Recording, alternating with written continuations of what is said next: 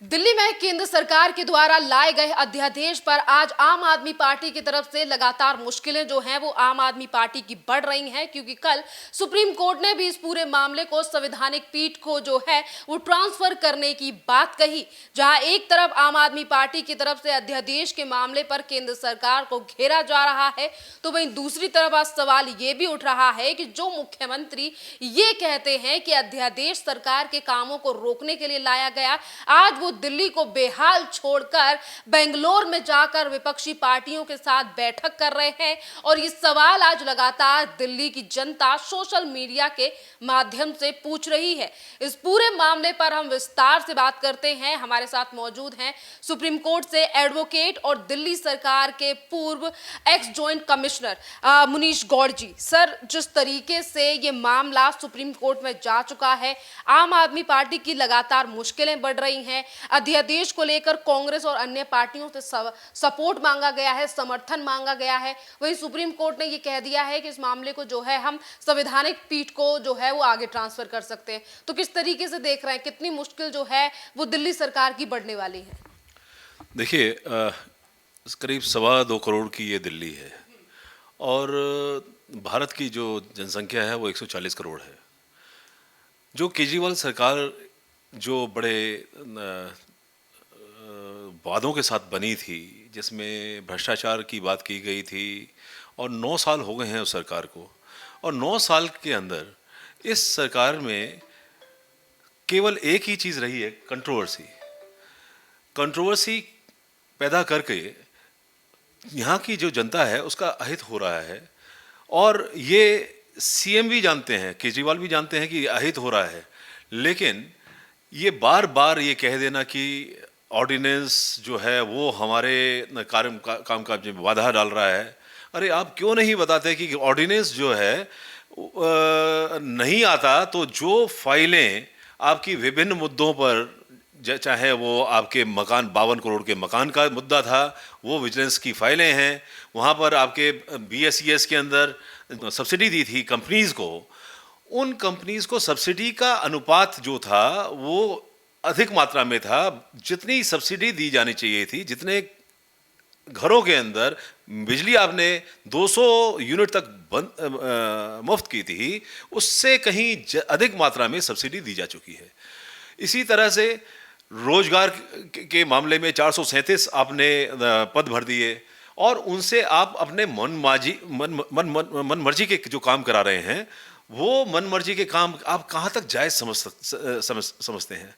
जब सरकार के पास में अधिकारी हैं, और अधिकारी जो है ये स्टेट सर्विस नहीं है, ये केंद्र की सर्विस है, सेंट्रल गवर्नमेंट की सर्विस है, और उनके अधिकारियों के पास में अगर विजिलेंस डिपार्टमेंट हर क्षेत्र में, हर राज्य में है, तो क्यों दिल्ली के बारे में आप विजिलेंस डिपार्टमेंट में ऐसे आपने फाइलें वहाँ पे उठवाई, और वो कैमरे में कैद हो गई हैं सारी फाइलें, उठाते हुए आप लेके जा रहे हैं।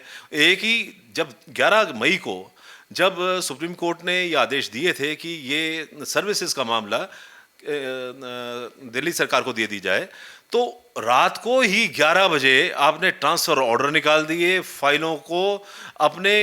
अब ये भी कहा जा रहा है कि वो जो आदमी जो फाइलों को उठा के ले गए हैं वो सरकारी आदमी नहीं थे, क्योंकि तब तक छुट्टी हो चुकी थी।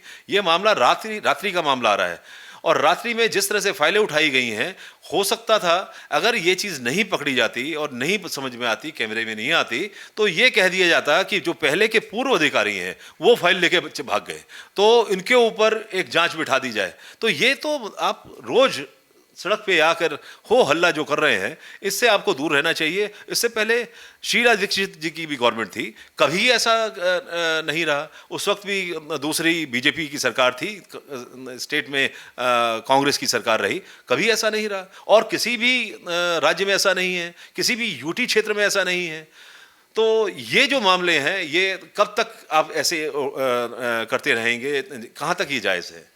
सर, इसी इसी के साथ जिस तरीके से आम आदमी पार्टी सरकार की तरफ से केंद्र सरकार के ऊपर हमला बोला जाता है अध्यादेश के मामले को, या फिर दिल्ली में कभी भी कोई समस्या आती है तो उसको भी जिम्मेदार जो है वो केंद्र सरकार को ठहराया जाता है। और आज दिल्ली के हालातों पर भी आम आदमी पार्टी सरकार जो है वो केंद्र सरकार को जिम्मेदार ठहरा रही है। पर आज कहीं ना कहीं दिल्ली के मुख्यमंत्री को लेकर भी सवाल उठ रहे हैं कि कहाँ है मुख्यमंत्री, क्यों अपनी जिम्मेदारियों को नहीं निभा रहे हैं। क्योंकि जिस तरीके से बेंगलोर से तस्वीरें सामने आ रही हैं विपक्षी पार्टियों के साथ बैठक की, जिसमें रणनीति तैयार की जा रही है 2024 के लोकसभा चुनावों की, क्या चुनाव ज्यादा इंपॉर्टेंट है दिल्ली की जनता से?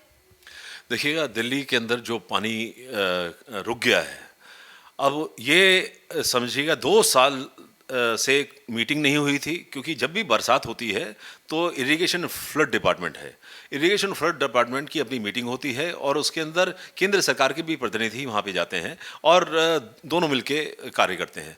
अब आप मीटिंग नहीं कर रहे हैं और उसके बाद में जो आपके दिल्ली के बैराजेस थे, 5 बैराजेस बताए गए हैं जो जाम हो गए, जिनका मेंटेनेंस आपने नहीं किया, जो जल विभाग आपके पास में भी रहा, केजरीवाल जी के पास में भी जल विभाग रहा है, काफ़ी अरसे तक रहा है, उसका मेंटेनेंस क्यों नहीं किया गया? और दिल्ली के जो पानी भर गया है वो उसकी निकासी नहीं हो रही है। जब कोई भी पानी जब भी आता है तो ऊपर से नीचे की तरफ बहता है, वो गंगा में या जमुना में चला जाता है या किसी और नदी में चला जाता है जो नदी होती है, उसके माध्यम से वो समुद्र में चला जाता है। अब आपने बैराजेस अगर खोल देते हैं तो ये पानी यहाँ से रिस्क के नीचे चला जाता है, लेकिन आपके बैराजेस ध्वस्त हो चुके हैं। आपने अपना मेंटेनेंस तक का खर्चा आपके पास में नहीं है उसको ठीक करने के लिए। यही नहीं, दिल्ली के अंदर आपने कितने वादे किए थे। आपने, मेरे पास में अभी कुछ मैटर आए हैं कि 60,000 जो कंस्ट्रक्शन जो कॉन्ट्रैक्ट वर्कर्स थे उनको अब निकालने की बात की जा रही है, क्योंकि BSES और NDPL के अंदर जो स्मार्ट मीटर्स हैं वहाँ पे उनको चेक करने के लिए उनकी कर्मचारियों की आवश्यकता नहीं है। अब आप इतना इन कंपनीज को जो आपका अनुदान दे रहे हैं, साथ में एक और नई बात अभी जो पकड़ में आई है, जो समझ में आई है, वो ये है कि जो आपके पास में बिजली के बिल होते हैं, उन बिलों के अंदर जो ग्रेच्युटी का पैसा है वो हम देते हैं। कहीं ऐसा नहीं है कि ग्रेच्युटी का पैसा जो है किसी व्यापारी का पैसा उसका कस्टमर दे। यहाँ पर तो ये हो रहा है कि BSES और NDPL के कर्मचारियों का ग्रेच्युटी का पैसा भी हमें बिलों में से देना पड़ता है। और कहने को कहा था कि हर जगह आपके नल पहुंच जाएंगे, वहां से नल से पानी मिलेगा, लेकिन नल तो नहीं पहुंचे, लेकिन जो पानी, जो बरसात का पानी है वो घरों घरों में पहुंच चुका है। और ऐसे वक्त में दिल्ली छोड़कर विभिन्न राज्यों में पहले जाते हैं आप। अब आज आपको राजनीति पहले पड़ रही है। आप जो एक गठबंधन की बात के लिए आप स्वयं जा रहे हैं, उसके लिए कोई आपका अध्यक्ष जा सकता था, कोई और आदमी जा सकता था। आप पहले दिल्ली तो संभालिए। आपसे 2 करोड़ की दिल्ली नहीं समझती, 140 करोड़ की का हिंदुस्तान कैसे संभलेगा? बड़ी शर्म की बात है कि इन सब चीज़ों को जो सड़क पे बार बार लाया जा रहा है, ये एक जो माहौल खड़ा किया जा रहा है और इसकी एक खिल्ली उड़ाई जाती है वर्ल्ड में। दिल्ली राजधानी क्षेत्र है। दिल्ली के अंदर अगर कोई बात घटना घटती है तो पहले पृष्ठ पे वो अखबार में और मीडिया में आती है।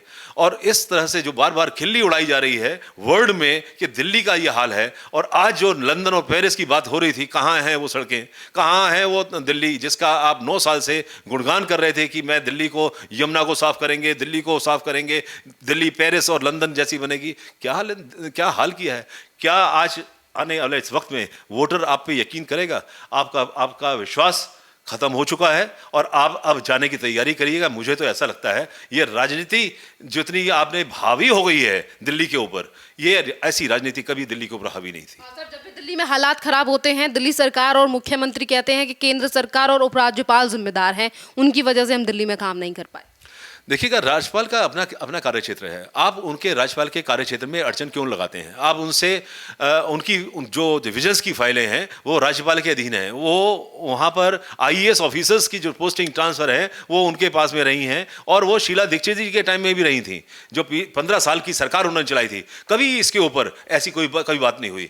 लेकिन आज 9 साल में आपने कोई आप काम बता दीजिए, गिन के बता दीजिएगा आपने क्या काम किया है। एक कोई किसी को मकान दिया हो, आपने पाइपलाइन से घर में, कहीं किसी के घर में इतनी बस्तियां हैं, करीब 250-300 बस्तियां हैं और जो पक्की हो चुकी हैं, और इसके अलावा 901 और बस्तियां हैं, किसी बस्ती में आपका जल वहां पहुंचा हो। आपने जितनी भी आपने वादे किए थे, चुनावी वादे किए थे, उसमें सब अब विफल रहे हैं। आप बेंगलोर में जाके बैठे हुए हैं। दिल्ली का हाल जो आपको मालूम ही है कि किस तरह से चल रहा है। आप दिल्ली के बारे में सोचिए। केजरीवाल जी, ये आखिरी मौका है आपका। इसके बाद में मेरे को नहीं लगता कि दिल्ली की जनता आपको दोबारा मौका देगी। सर, इसी गठबंधन के साथ कांग्रेस के जो चीफ हैं, यानी कि अध्यक्ष हैं, मल्लिकार्जुन खड़गे ने भी आम आदमी पार्टी के लिए कहा है कि वो समर्थन देने के लिए तैयार हैं इस अध्यादेश के मामले पर। तो क्या लग रहा है, क्योंकि एक तरफ सुप्रीम कोर्ट ने भी सख्त टिप्पणी करते हुए, यानी कि सीरियस लेते हुए इस मैटर पे कहा है कि संवैधानिक पीठ को ट्रांसफर किया जाएगा, जो कि 5 जजों की संवैधानिक पीठ है। वहीं आम आदमी पार्टी को समर्थन मिलना कांग्रेस का, जिस पर लगातार आम आदमी पार्टी का कहना है कि अब अध्यादेश को जो है वो पलटा जा सकता है राज्यसभा में। देखिएगा, अध्यादेश जो है किन्हीं कारणों से आया है।